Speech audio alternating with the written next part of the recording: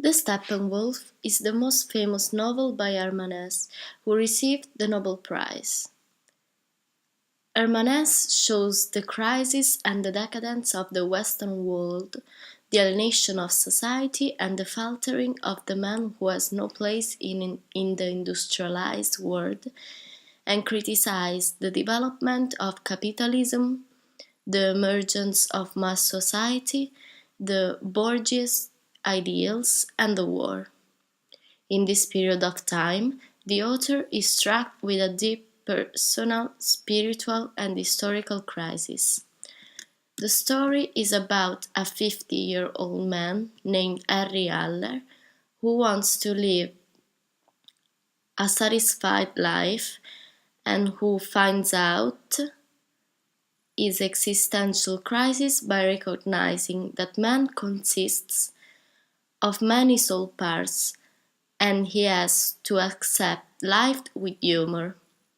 His soul is conflicting, he is divided into two natures, the wolf and the man. The two sides are always fighting. The novel is divided into three main parts.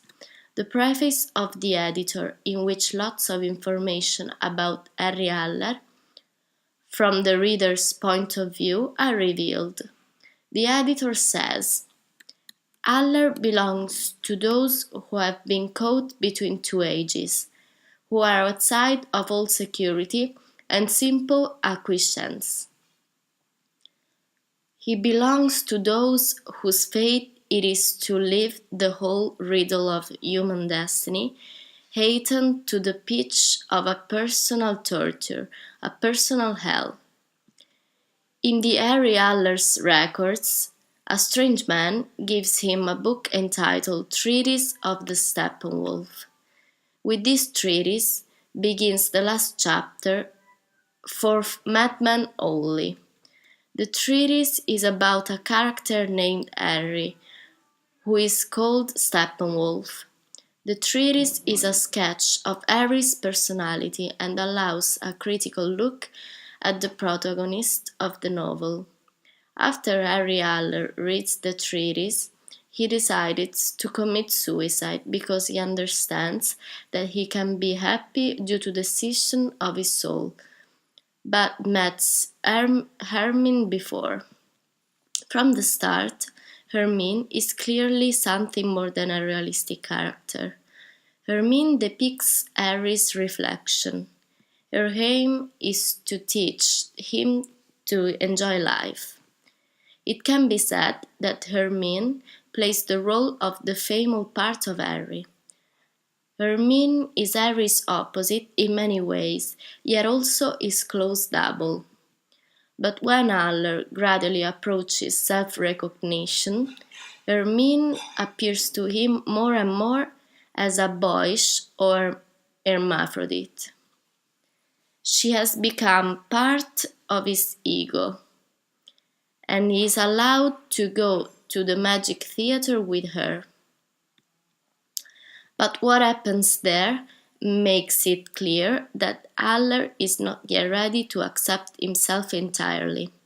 If Haller has been able to accept this connection between the two himself, then he would have become immortal. The closing passages of the novel reveal that Hermine is actually a part of Harry. When Harry stabs her, her slain body neatly shrinks to the size of a figurine. In other words, a part of Harry's personality. She serves as Harry's magic mirror, calling out of him and making visible those parts to which he had previously been blind. When Harry learns how to see himself clearly, he effectively destroys Hermine. Hermine introduces Harry to his alter ego, Pablo. He is a saxophonist and is the opposite of Haller. He invites the Steppenwolf to use drugs and allows him the access to the magic theater. In this theater, Harry has to learn how to laugh and has to be aware that human soul is constituted by infinitive parts, which characterize and create different kind of personality. Harry fails to achieve his aim and meets Mozart, one of the immortals, who condemns him to eternal life and adds that Harry would still learn the way of humor. The immortals play a key role within Steppenwolf. In the beginning, the immortals separates Steppenwolf from other members of society, the Borgias in particular. On the other hand, through the treatise and the Mozart sequence in the Magic Theatre, the immortals provide the key to Steppenwolf understanding his place within society and the universe. The immortals teach him about himself and society, thereby providing him with alternatives to suicide. Harry finally understands that he is not alone in this world, but his place is with them. The only step left to reach the immortals is to learn how to laugh. The novel is very useful because there is a positive message. It teaches people that the path of healing really exists. The love for art and the positive world of immortals contrasts with the crisis of a man.